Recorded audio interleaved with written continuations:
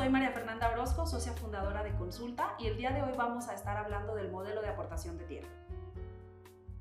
Este es un modelo que ha venido evolucionando en el desarrollo inmobiliario de una manera importante, sobre todo en los últimos años. Hace unos 10, 15 años lo que el desarrollador hacía típicamente era buscar una tierra, encontrar su factibilidad, adquirirla y pues ahí se acababa, ¿no? Sin embargo, ahora parte de los elementos que el desarrollador busca es un modelo de aportación de tierra en donde lo que con este modelo logra es disminuir el capital requerido, disminuye los riesgos y disminuye ciertas cosas. Sin embargo, es muy importante entender bien cuáles son las perspectivas para poder aportar un terreno, que será parte de lo que estaremos viendo el día de hoy. La aportación de predios es algo que nos va a ayudar a reducir el capital que requiere un proyecto inmobiliario. De hecho, pudiera reducirnos desde un 10 a un 20% del capital total. Obviamente esto dependerá de la forma en la que se negocie con cada uno de los propietarios de la tierra. Algo importante es que 8 de cada 10 proyectos o terrenos que nosotros como desarrolladores evaluamos no se cierran. Y aquí es bien importante entender cuáles son esas causas por las que el proyecto no se está cerrando. Este modelo de aportación de tierra arranca desde la fase que nosotros llamamos etapa de generación, en donde lo que hacemos es buscar un terreno, identificar su factibilidad, hacer un análisis muy preliminar y entonces tomamos la decisión de que es un terreno que queremos detonar. En ese momento arranca un proceso de selección de predio y de búsqueda para la negociación de la aportación. Es bien importante considerar que la aportación se refiere a la decisión del propietario de la tierra de ceder esta como parte del capital del proyecto inmobiliario para que pueda ser desarrollado y que posteriormente este sea pagado. Existen algunas condiciones muy importantes que hay que tomar en cuenta. Primero, el valor de la tierra. Segundo, la forma de pago, es decir, cómo estaremos pagando esta tierra a lo largo del tiempo y durante el proyecto inmobiliario. El tiempo de repago, es decir, cuántos meses tardaremos en que la tierra sea pagada y cuáles son estos esquemas. Pudiera ser pagada a través de un modelo de intercambio de metros cuadrados, intercambio de unidades o simplemente el pago mismo de la tierra. Y también algo importante que hay que considerar es el nivel de participación sobre las utilidades.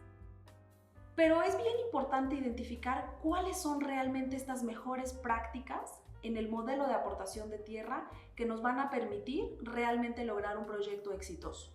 Es decir, aquel proyecto que realmente la tierra esté valuada al valor de mercado como un primer elemento, pero no solamente, sino que también el proceso de negociación haya sido lo suficientemente claro, transparente y seguro para que el propietario de la tierra, que de alguna manera se convierte en socio del proyecto, pueda tener tranquilidad en la inversión que ha hecho. También habremos de identificar cuáles son y por qué es que se ha popularizado tanto este proceso de aportación de tierra, ¿no? Hoy, como les decía, parte de lo que sucede es que gran parte del capital que requiere un proyecto realmente se viene disminuyendo por este modelo de aportación. Sin embargo, no es lo mismo que me generen una aportación de tierra en donde yo pida un anticipo del proyecto a que me generen una aportación de tierra en donde yo vaya haciendo los pagos a valor de liberación o al final del proyecto. Todo esto tendrá un impacto en el valor mismo de la tierra y la participación de las utilidades. Uno de los elementos más importantes que hay que considerar es que la aportación de tierra es un proceso de transferencia de confianza. Muchas veces, y por eso les decía que 8 de cada 10 terrenos que estamos buscando que nos aporten no suceden, y tiene que ver con eso, porque al final es un proceso de transferencia de confianza. Transferencia de confianza tanto del propietario de la tierra que va a ceder la tierra misma que tiene un valor X en manos de un desarrollador que muchas veces no conoce. Entonces, por lo mismo, es muy importante generar estos elementos que lleven a cabo la transferencia de confianza. Primero, el desarrollador tendrá que mostrar toda su experiencia en este proceso y los resultados que ha logrado en proyectos similares. Habrá de presentar una visión clara del plan de negocio del proyecto que quiere desarrollar. Pero no solamente basta con una visión clara. Esta visión clara tiene que estar documentada, tiene que estar establecida en un plan de negocio perfectamente sustentado, con números que sean confiables, con diferentes escenarios de sensibilidad que nos permitan a nosotros, entonces, como aportador de tierra, tener toda la certeza de que el proyecto estará bien cuidado. Otro de los elementos bien importantes que hay que considerar en este proceso de transferencia tiene que ver con el vehículo de inversión. Es fundamental poder determinar cuáles son esas necesidades que el aportante tiene, de tal manera que podamos cubrirlas a través de este vehículo legal. Típicamente, el vehículo óptimo para un proceso de aportación tiende a ser el fideicomiso. Ya lo veremos en otro módulo, pero el fideicomiso lo que nos permite justamente es dar mayor garantía y certeza de la operación, ya que el contrato de aportación no queda entre dos partes, sino el propietario y el desarrollador, sino hay un tercero que vigila que se cumplan los acuerdos que ahí se hayan establecido. Y ese tercero pues tiende a ser un banco. Entonces, la definición clara de un vehículo de inversión desde un inicio, mientras estamos negociando la tierra, es fundamental. El siguiente elemento es establecer planes y esquemas que disminuyan los riesgos al aportante de la tierra. ¿Qué es lo que pasa? Yo como dueño de la tierra, bueno, es que no necesariamente conozco al desarrollador, no necesariamente conozco cuál es el negocio inmobiliario. Entonces yo tengo que asegurarme de entregarle todos los elementos que a él le permitan tener la mayor certeza posible. La certeza, como les decía, en el plan de negocio, un modelo que esté claramente justificado, la certeza en el vehículo de inversión, que haya un tercero que se asegure que vamos a cumplir aquello que hayamos acordado, demostrar la experiencia a través de resultados de otros proyectos y este tema de definir cuáles son estos riesgos que podemos entender, que podemos definir, ser muy clara con el aportante de tierra y poder establecer un mecanismo para disminuirlos. Uno de los elementos es que la tierra queda en garantía de un crédito puente. Y eso le genera muchísima angustia al propietario porque dice, bueno, no solamente no estoy cobrando mi tierra, sino la voy a cobrar hasta el final del proyecto o como se haya acordado, pero aparte la estoy dejando en garantía para el banco. Entonces, si el desarrollador finalmente tiene algún problema que no genera los pagos, pues se van a ir con la tierra. Y efectivamente, así será. Sin embargo, es parte de justamente estos elementos que hay que asegurarnos de entender para poder solucionarlos. Otro elemento bien importante que hay que considerar es el ganar-ganar. Tenemos como desarrolladores que entender esta forma de negociar el proceso de la aportación de la tierra. Muchas veces como desarrolladores algo que buscamos es de que nos lo aporten todo el terreno en una aportación pura que sería el pago hasta el final. Sin embargo, no necesariamente es aquello que le puede interesar o le conviene al aportante. Muchas veces el aportante lo que requiere es liquidez que le permita poder pagar deudas, poder liberar a veces hasta el terreno de algún crédito que tenga. Entonces, tendremos que buscar este escenario y sentarnos a la mesa a negociar un modelo ganar-ganar. Habremos de entender que con este modelo ganar-ganar, el desarrollador va a llevar un beneficio importante, ya que va a reducir hasta un 20% el capital que requiere en el proyecto. Es decir, si nosotros vamos a hacer un departamento de 20 unidades, 5 millones de pesos de costos en general, es decir, tenemos un proyecto que requiere 100 millones de pesos. Si el terreno me lo están aportando a 20 millones o a 17, de entrada es un capital que no voy a requerir desembolsar. Por lo que es bien importante entonces poder determinar estos diferentes escenarios. Simplemente la aportación de tierra me ayuda a reducir el capital que requiere un proyecto. El segundo también me ayuda a mejorar el rendimiento. Como sabemos, el gran indicador del negocio inmobiliario es la TIR, la tasa interna de retorno. Y entre menos capital yo inyecte al proyecto, mejor será la TIR. Bueno, requerimos de diferentes factores. Capital invertido, el tiempo que dura ese capital invertido en el proyecto y la utilidad. Con base en esos tres factores determinamos la TIR. Si nosotros en el modelo de aportación de tierra disminuimos ese requerimiento de capital, entonces lo que vamos a lograr prácticamente en automático es mejorar la TIR. Mejoraremos ese gran indicador del negocio inmobiliario. Y finalmente, otro elemento que es bien importante considerar y que esto también beneficia de forma importante al aportante es el valor incremental de la tierra. Hoy, en este proceso, quien me decida aportar o quien decida aportar un terreno, lo que sería importante es que determine un valor base de la tierra. Por ejemplo, lo mínimo que podemos establecer por metro cuadrado serán 2.500 pesos metro cuadrado o un X% de los ingresos. El llegar a un acuerdo de participación en función del porcentaje de los ingresos, lo que también le va a permitir al aportante es que conforme los desarrolladores vayamos generando mayor plusvalía en el proyecto, entonces el valor de la tierra vaya siendo mayor.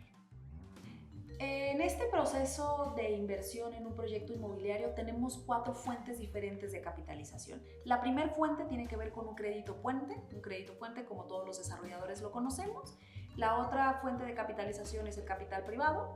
Tercera tiene que ver con las preventas y la revolvencia del proyecto. Y finalmente, este cuarto gran elemento que se ha convertido fundamental en el negocio inmobiliario es la aportación de la tierra. Como les comento, con base en estos 4 elementos de capitalización de inversión en un proyecto inmobiliario, es como el desarrollador y su gran habilidad dependerá para que el capital privado sea el menor posible, siempre y cuando las tasas del crédito puente estén accesibles y sean pagaderas por el proyecto. Será parte de la gran habilidad que tiene que tener el desarrollador inmobiliario para mejorar la tasa interna de retorno del proyecto. Una vez que nosotros como desarrolladores hemos seleccionado el predio, es muy importante identificar cuáles son los siguientes pasos.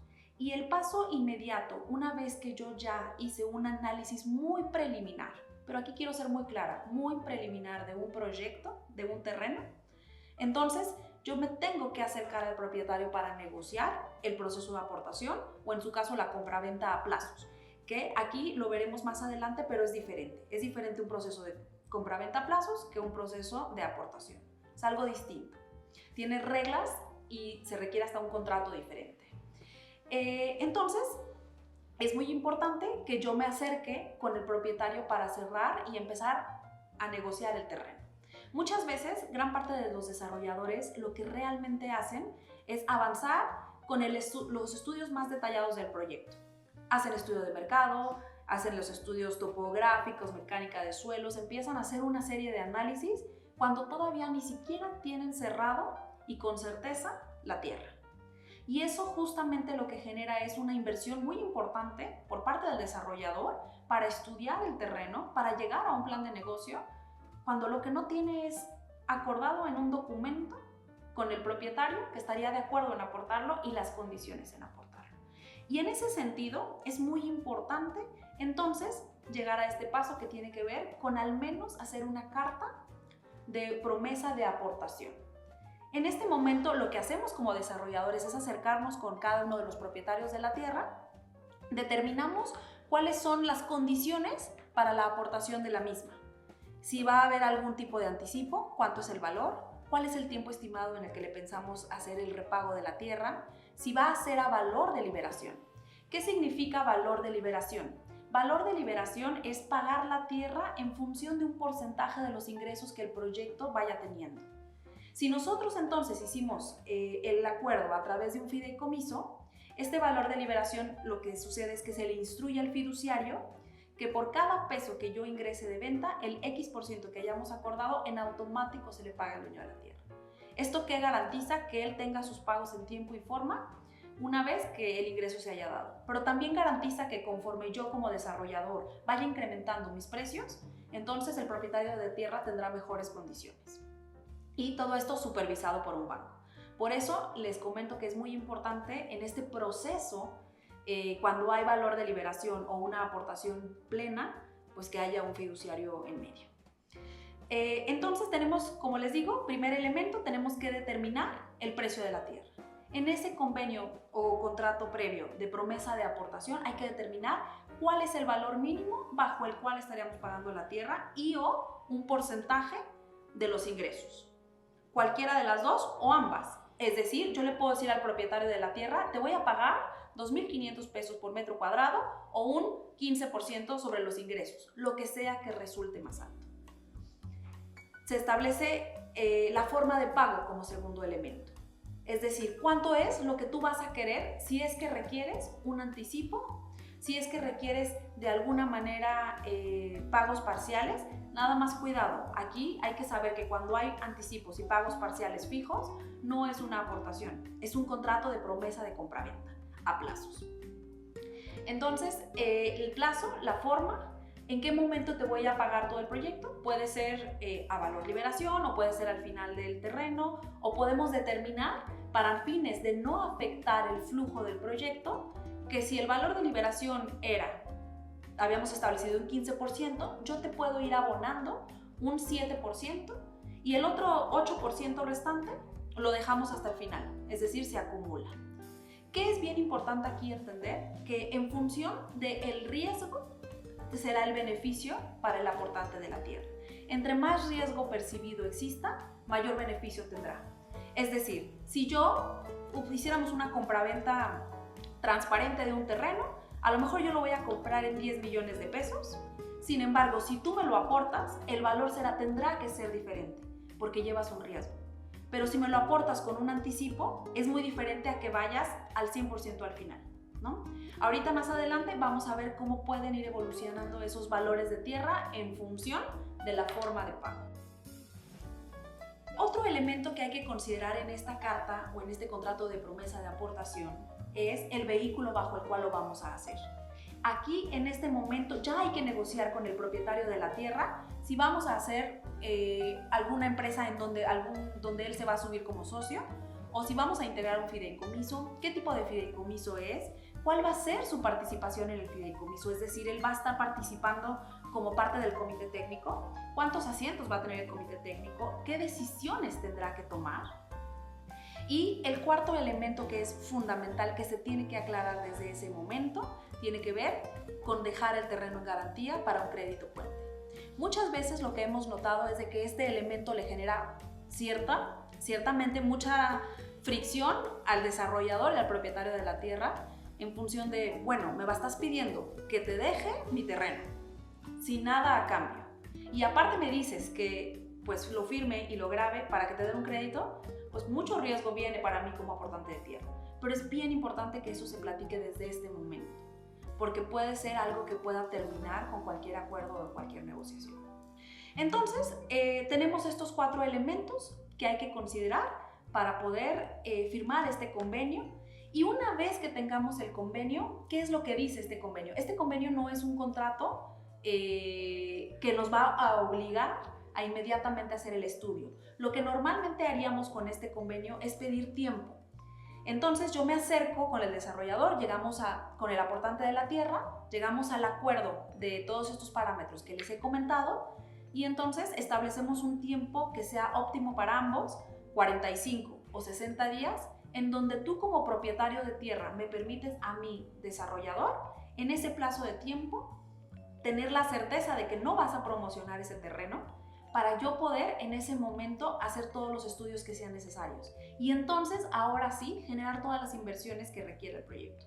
Aquí ya puedo empezar a hacer un estudio de mercado, todos los estudios de factibilidad técnica, haré el levantamiento, haré una serie de cosas que ahora sí tienen un mayor costo. Pero yo ya tengo la certeza de que existe un acuerdo con el aportante de que respetaremos el precio, la forma de pago, los alcances, el vehículo de inversión, siempre y cuando el estudio de factibilidad sea positivo. La carta de intención o contrato de promesa de aportación lo que nos ayudará es a disminuir el riesgo que existe que el propietario de la tierra, una vez que nosotros hagamos los estudios, nos diga que no quiere seguir adelante con el proyecto. En esta carta es bien importante establecer cuáles son las penas para las partes en caso de que no se cumplan. Es decir, ¿qué pasa si yo como desarrollador hago todos los estudios, determino que el proyecto es viable dentro del plazo establecido, bajo las condiciones que ya fueran acordadas de precio, forma de pago, etcétera, y el aportante de la tierra me dice que no? Para ese momento, nosotros como desarrolladores ya hemos aportado una cantidad importante para los estudios específicos de este proyecto que seguramente no me van a servir para otro. Y en ese sentido es bien importante que exista alguna pena hacia el aportante de la tierra. De tal manera que si nosotros como desarrolladores tenemos un análisis de factibilidad favorable, entonces podamos proceder a firmar el contrato de promesa de aportación o podamos irnos directamente hacia el fideicomiso.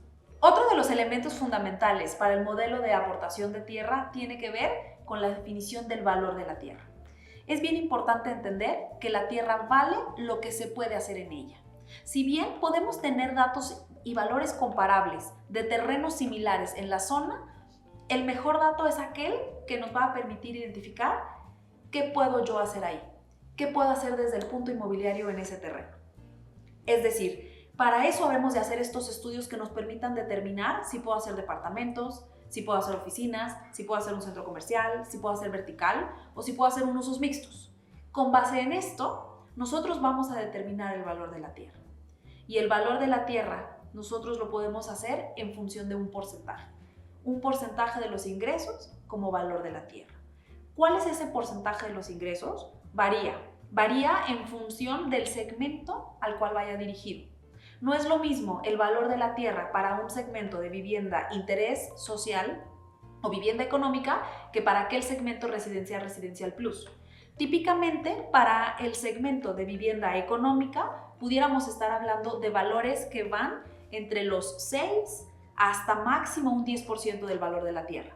¿Por qué? Porque es un negocio en donde el ingreso generado es poco, los márgenes son bajos y entonces no puedo pagar alta la tierra. Típicamente, en proyectos de vivienda de interés social también el terreno está alejado, muchas veces no tenemos los servicios a pie de lote, tenemos que hacer un cambio de usos de suelo y demás.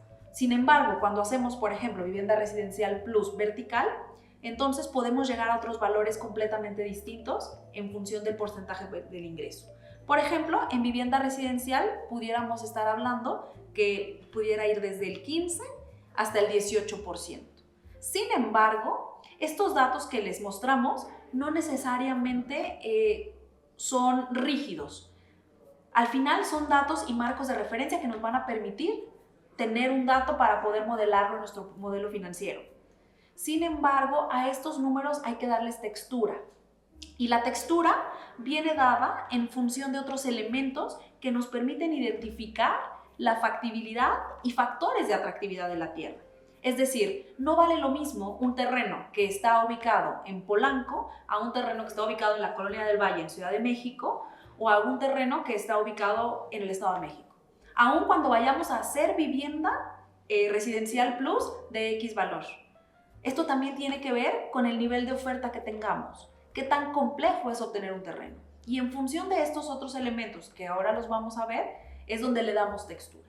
Viene un valor que es muy distinto y que tiene que ver con la venta de los lotes. Venta de lotes, ya sea para vivienda residencial, ya sea para vivienda media o ya sea para industrial, el valor es distinto. Entonces, en este caso estamos hablando de rangos que van de entre el 25% hasta el 35% respecto del ingreso. ¿Por qué? Porque prácticamente el ingreso que estoy obteniendo es por la venta del lote urbanizado. Y entonces la tierra se vuelve un componente muy importante en el esquema de egresos. Esto es en el caso de proyectos que nosotros le llamamos proyectos de ventas, en donde el activo se va a desaparecer, lo vamos a liquidar, vamos a escriturar y se acabó. ¿Qué pasa con aquellos proyectos que no se liquida el activo? Aquellos proyectos que son patrimoniales, como un centro comercial. El valor de la tierra va bajo la misma premisa. Sin embargo, en vez de considerar los ingresos, consideramos el monto de inversión.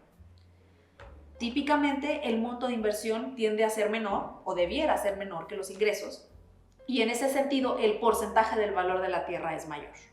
Entonces, por ejemplo, para un centro comercial o un fashion mall, estamos hablando de que la tierra estará en un valor de un rango del 20 al 30% respecto del valor total de la inversión que se requiere para hacer ese centro comercial. Y en el caso de proyectos hoteleros, que también son negocios patrimoniales de largo plazo, estamos hablando que van de entre un 15 a un 25%. Como les decía, es bien importante considerar que estos datos no son rígidos, ¿no? Estos datos tienen que tener una textura y esta textura se la va a dar otros factores de atractividad del proyecto. La cercanía con zonas de interés, la disponibilidad de terrenos, la dificultad para conseguir los terrenos, entre otras cosas. O zonas de alto valor. Por ejemplo, en zonas de alto valor, para vivienda residencial plus, yo les había comentado que el rango va de entre el 15 al 18%. Sin embargo, en Polanco, por ejemplo, nos pudiéramos ir hasta un 25-28%. Es decir, la tierra se vuelve mucho más cara en función del presupuesto general del proyecto. Algunos de los factores de atractividad que nos van a dar textura a este valor de la tierra son los siguientes. Primero, el nivel de madurez de la zona. Entre más madura está la zona, entre más consolidada, puedo yo generar un mayor valor respecto del ingreso. Es decir, puedo subirle 1 o 2 puntos. En zonas en donde la demanda supera la oferta. Es decir, tenemos más gente buscando adquirir una propiedad, una nave industrial, quiere rentar un espacio comercial, quiere comprar una casa, eso me va a permitir otra vez ayudar a tener esta sensibilidad. El tercero es donde exista una factibilidad regulatoria y de servicios aprobada. Es decir, vale muy distinto un terreno en donde yo ya tengo factibilidad de agua, de luz, de drenaje, a aquellos en donde no la tengo. Si yo no tuviera las factibilidades, yo puedo castigar a este rango de valores de tierra, los puedo castigar un poco hacia abajo. Otro elemento es la factibilidad técnica y constructiva. ¿Qué tan fácil va a ser construir ahí? ¿Cuál es la pendiente del terreno? ¿Cuál es el tipo de suelo que tenemos? ¿Qué tan complejo va a ser construir? ¿Qué tan fácil va a ser poder nosotros establecer todo nuestro plan constructivo en ese terreno? ¿Eso le quita o le suma valor al terreno? Otro elemento importantísimo es la potencialidad de desarrollo a corto plazo. Si yo puedo lograr detonar el terreno a corto plazo, eso me va a permitir que también mi valor pueda incrementarse. Aquellos terrenos que pueden ser muy buenos, que les vemos un potencial, muy buen potencial a largo plazo, pero que no lo puedo detonar hoy, tendrán que ser de alguna manera castigados en función de ese porcentaje del ingreso. El quinto elemento tiene que ver con el sobreprecio de oferta competidora por ubicación privilegiada. ¿Qué es lo que pasa con la oferta o los proyectos sustitutos? Los precios que tienen por metro cuadrado o absoluto están mucho más altos que otros lugares cercanos. Eso también me va a ayudar a determinar el rango, si subo o bajo este rango. El sexto elemento tiene que ver con la facilidad de acceso y las condiciones de ubicación, ¿no? Un terreno que está sobre avenida principal para hacer un centro comercial o un terreno que está en una avenida secundaria para hacer un centro comercial, tendré que premiarlo o castigarlo en función de este valor. Y el último elemento tiene que ver con la disponibilidad de terrenos. ¿Qué otras opciones yo pudiera adquirir? En zonas sumamente consolidadas como Polanco en Ciudad de México, Providencia en Guadalajara, la Colonia Norte, mismo Mérida, son zonas en donde realmente no hay terrenos disponibles. ¿Y eso qué nos va a hacer? Otra vez, salirnos un poco del rango. Y entonces ustedes pueden ver que nosotros podemos tener variaciones de esta tabla de rangos que ya les dimos, que van desde un menos 1.5 hasta un 2. Tampoco es mucho más allá de un 2. Es decir, si este terreno que nosotros estábamos evaluando, que tiene todas las características favorables, en vez de llegar al 18%, pues me pudiera ir al 20%. Tampoco me voy a ir al 25%, ¿no? Hay un tema que nos ayuda a dar textura. O si este terreno para vivienda de interés medio finalmente no necesariamente tiene todos los buenos atributos y ya habíamos considerado que estaba en un 13, pues pudiera disminuirlo hasta en un 11,5, ¿no? Así es como nosotros damos textura al valor de la tierra. Hay otro elemento que no solamente tiene que ver con estos factores de atractividad, que ya los mencionamos, sino que tiene que ver con la forma de pago. Y como les decía, el rendimiento está ajustado al riesgo. Y esta es una de las máximas del negocio inmobiliario. El rendimiento está ajustado al riesgo. Yo como aportante de tierra espero mejor rendimiento, es decir, mejor porcentaje de utilidades respecto de la tierra que aporto o mejor valor de la tierra si tengo mayor riesgo. ¿Y cuál puede ser el riesgo? Uno de los riesgos principales puede ser la misma forma de pago. Es decir, no es lo mismo que yo como aportante de tierra reciba todo el dinero de mi terreno que vale 20 millones al final del proyecto, que al final del proyecto estamos hablando de 36 meses, a que yo lo reciba una parte al inicio, como algún enganche, algún anticipo, algún pago para cerrar la operación, a que yo vaya generando pagos de liberación. Como ya lo habíamos visto hace unos momentos, el pago de liberación es un porcentaje de los ingresos recibidos. Por cada peso que yo recibo de ventas, no de inversión, de ventas del proyecto, yo genero un pago de la tierra. ¿Y qué es lo que hace esto? Que conforme yo voy avanzando la venta del proyecto, el nivel de riesgo del aportante va disminuyendo, porque se va capitalizando. Entonces yo ya voy a la mitad de la venta del proyecto y él ya cobró la mitad del valor de la tierra, ¿no? Si nos fuéramos a un valor como flat de liberación. Sin embargo, entre una compraventa llana a una aportación al 100%, entre el blanco y el negro hay muchísimos tonos, hay muchísimos grises que nos van a ayudar a determinar el mejor momento, la mejor negociación. Por eso les comentaba que es muy importante entender cuáles son las expectativas del aportante de la tierra. ¿Por qué? Porque pudiéramos llegar a acuerdos medios. Es decir, yo te pago a valor de liberación, a lo mejor te doy un 5% de anticipo o de entrada para que tú tengas algo de liquidez. En vez de yo darte el 18% como valor de liberación por cada venta que yo hago, a lo mejor yo te doy el 10%. Ese 8% restante te lo acumulo y te lo entrego al final. ¿De qué me sirve eso a mí como desarrollador? Que obviamente tengo mayor liquidez. No pierdo la liquidez del proyecto. Y al aportante, ¿qué le debería de funcionar? Pues que le daré más valor por su tierra. Otro de los elementos que realmente generan mucho ruido en este proceso de aportación de terreno tiene que ver cuál es la utilidad que yo llevo como aportante de tierra o cuál es la utilidad que yo como desarrollador le ofrezco al que aporta la tierra. Muchas veces creemos que tenemos que irnos bajo una fórmula aritmética de si la tierra vale 20 millones y mi proyecto va a generar un ingreso estimado de 100, pues entonces está aportando el 20%. Pero no necesariamente es así, no nos podemos ir bajo esa fórmula tan aritmética. La mejor práctica nos dice que el 20% de las utilidades serán destinadas para el aportante de la tierra. ¿Qué es bien importante entender? Nosotros cuando llegamos a este proceso de negociación, para este momento ya estamos pagando la tierra a un valor no solamente de mercado, sino un valor que supera el mercado.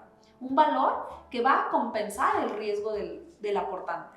Pero adicional, por el riesgo que está llevando, le vamos a dar el 20% de las utilidades. No es lo mismo, y muchas veces la pregunta es que es lo mismo que si me dieran 20 millones en efectivo. No necesariamente es lo mismo. Hay que considerarlo como algo distinto, porque es una inversión en especie, no es una inversión en capital, en flujo de efectivo, ¿no? Tiene un valor distinto. Entonces, la mejor práctica es que consideremos que hasta el 20% de las utilidades sean repartidas al propietario de la tierra. ¿Y en qué momento se hace esto? Se hace al momento de finalizar el proyecto. Una vez que hemos cerrado el negocio al 100%, una vez que tenemos claras las utilidades y en ese momento, entonces sí, hacemos la repartición. Aquí surge otro elemento que hay que cuestionarnos y es, ¿cómo es que el aportante de tierra se va a dar cuenta que el desarrollador le va a dar las cuentas correctas y darle la utilidad que realmente le corresponde? Y para eso, otra vez regreso a que el gran vehículo es el fideicomiso. El fideicomiso, uno de los capítulos que podemos nosotros integrar es el presupuesto. Es decir, como aportante de tierra, yo puedo firmar un presupuesto tanto de ingresos como de egresos, bajo el cual tendrá que operar el desarrollador y el proyecto, y entonces ya tengo claro cuáles son las utilidades estimadas. Obviamente podrán tener una variación, pero en el mismo fideicomiso se establece que si la variación llega a superar un 2 o un 3% de las utilidades, el desarrollador habrá de notificar al aportante de la tierra, porque entonces ahora sí lleva un impacto directo respecto de su patrimonio. Lo mismo pasa cuando en un proyecto nosotros establecemos una serie de ingresos estimados y como estamos pagando la tierra en función del ingreso, ¿qué pasa si yo no llego? ¿Qué pasa si las condiciones del mercado cambiaron? Si el número de competidores incrementó, de tal manera que entonces ahora hay más competidores, de tal manera que entonces yo tengo que bajar los precios de la vivienda o yo tengo que cambiar las condiciones comerciales. En ese momento en el que yo afecte el patrimonio del aportante, yo tengo que solicitar una autorización. Pero todo eso se deja claramente establecido en el fideicomiso. Y en esto me voy a otro tema importante, que tiene que ver cómo participa el aportante en las decisiones del negocio. ¿Qué tanto lo involucramos? Muchas veces al desarrollador, el que aporta la tierra, quiere aprender acerca del negocio. Y está bien que quiera aprender. Muchas veces ya le sabe poquito. Sin embargo, aquí hay una máxima. Y es, las decisiones las tiene que tomar quien responde del proyecto. Solamente debe haber una persona que responda del proyecto. Y ese es el desarrollador. El aportante de la tierra, si bien puede tener algunos comentarios, puede ayudar a ciertas definiciones, no podrá tomar las decisiones de negocio. Porque si hay dos personas que toman decisiones de negocio, ninguna se va a responsabilizar del resultado. Y para el aportante de tierra y tanto para el desarrollador, es importantísimo que alguien responda por el resultado del proyecto. El proyecto salió en tiempo, con la calidad, con la utilidad esperada, cumpliendo las expectativas de todos los socios. Eso es responsabilidad del desarrollador. Y al momento de nosotros responsabilizar al desarrollador, también hablamos de quitarle facultades a la participación del aportante de la tierra. Es bien importante también entender que no necesariamente quien aporta a la tierra tiene todo el conocimiento del desarrollo. Entonces, lo que podemos hacer es estarlo notificando y entregando reportes que pueden ser bimestrales o trimestrales al aportador de la tierra, de tal manera que él sepa qué es lo que está sucediendo. No olvidemos que gran parte de su patrimonio está ahí, pero al final participa como si fuera también un aportante de capital. No va a tomar las decisiones. Tendrá que ser informado, por supuesto, y dentro del mismo fideicomiso se establecerá qué decisiones sí toma. Por ejemplo, la firma de los créditos puente. Si bien eso tiene que estar estipulado previamente, porque no podemos llegar al momento de la firma del crédito puente y que el propietario no quiera firmar. Eso no nos pudiera pasar. Eso tiene que estar estipulado desde el inicio en el fideicomiso. Sin embargo, sí pudiera tener opción y decisión en caso de que le pidan, por ejemplo, cosas adicionales que nosotros no estábamos claros.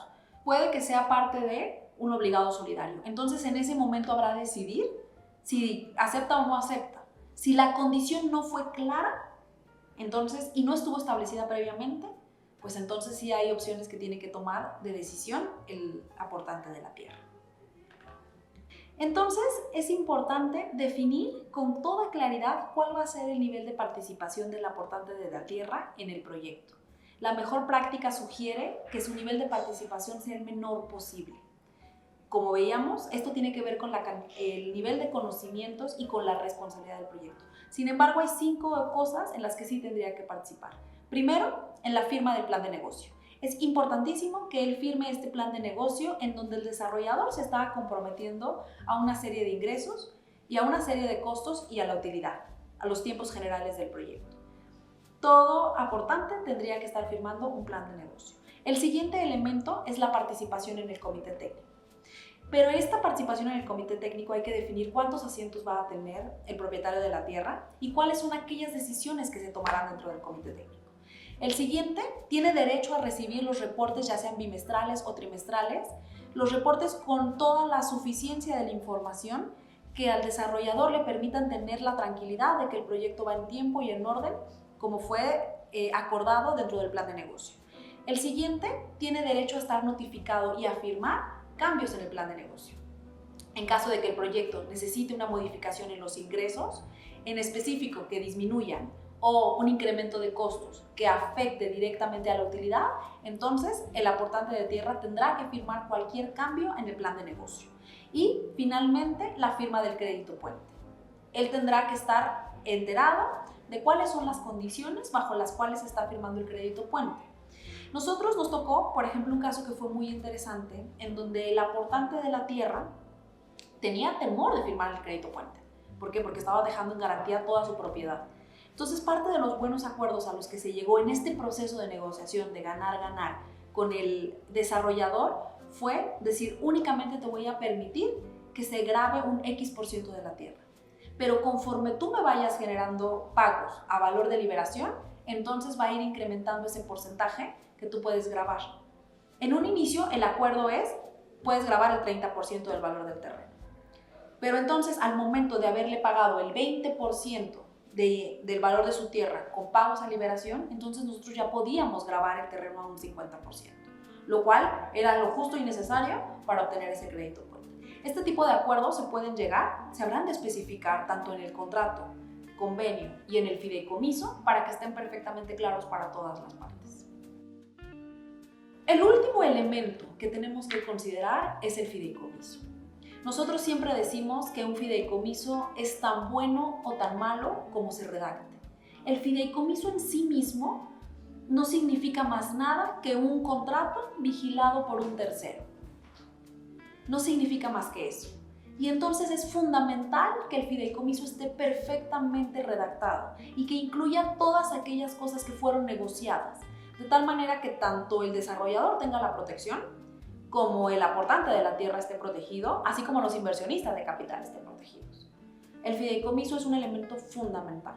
Y nosotros siempre sugerimos que ante cualquier aportación de terreno haya un fideicomiso. Si bien efectivamente es más caro aperturar y pagar la anualidad de un fideicomiso a una sociedad cualquiera, una SAPI, una SADCB, sí es mucho más caro. Sin embargo, el nivel de certeza que da a todas las partes es mucho mayor. Hoy, con este modelo de aportación que cada vez está haciendo más común el desarrollo inmobiliario, también quien aporta la tierra, ya cada vez está más claro que el fideicomiso es el mejor vehículo.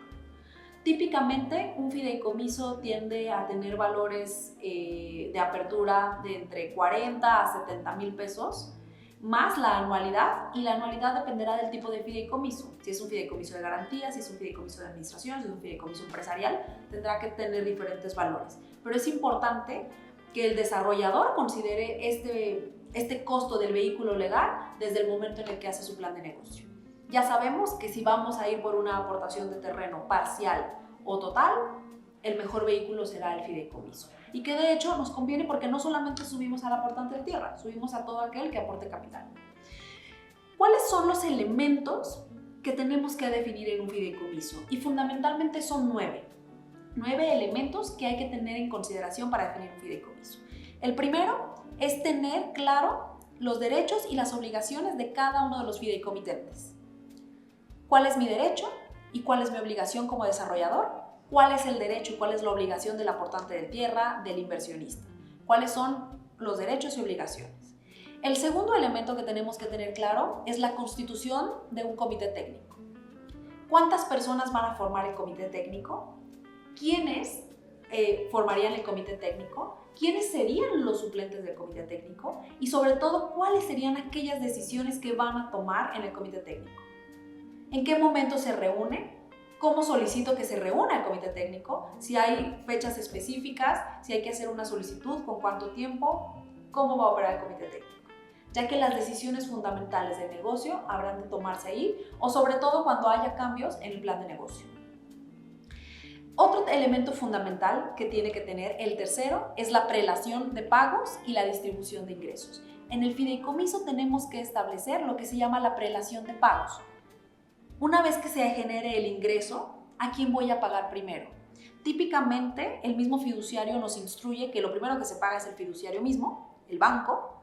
En segundo lugar, o en primer lugar, salen aquellos costos gubernamentales o gastos que hubiera, impuestos, crédito, y después entonces nosotros decidimos a cómo y a quién distribuir. De tal manera que en esta prelación de pagos podamos decir quién sale primero. Del flujo que va a ingresar al proyecto mes a mes, le voy a pagar primero a la tierra, voy a pagar primero al constructor, al urbanizador, o a los servicios, o al desarrollador. Cual sea que sea este orden de pagos, pero es bien importante estructurarlo. El cuarto elemento tiene que ver con la contraprestación del terreno. ¿Qué era lo que hemos visto? ¿A qué valor? ¿A qué porcentaje? ¿Cómo lo vamos a pagar? ¿Cuánto vamos a dar utilidades? ¿En cuánto tiempo? ¿Cuál es la contraprestación por la aportación del terreno? El quinto elemento tiene que ver con el desglose del patrimonio del fideicomiso. Tenemos que tener perfectamente claro cuáles son todos esos patrimonios o la suma del patrimonio que tiene el fideicomiso, de quién es cada patrimonio y cómo se va a distribuir en función de las utilidades. El sexto, las reglas de operación, cómo va a operar el fideicomiso, cómo va a operar el proyecto. ¿Cuáles son estas principales reglas que todos vamos a seguir? El séptimo punto tiene que ver con la designación del administrador y todas sus actividades. El octavo es si tenemos o no tiene el fideicomiso facultades para dar garantías, hipotecas, financiamientos, elemento fundamental. Y finalmente tenemos que definir cuáles son los fines del fideicomiso. Espero que este curso te haya sido de gran utilidad, que con este hayas podido identificar la importancia que tiene el modelo de aportación de terrenos en el negocio inmobiliario y todo el impacto que puede tener tanto para lograr un proyecto exitoso como para lograr un proyecto lleno de riesgos. Mi nombre es María Fernanda Orozco, socia fundadora de Consulta. Consulta somos especialistas en desarrollo inmobiliario y te invito a que te sigas capacitando en más de nuestros cursos que tenemos en esta plataforma. Gracias.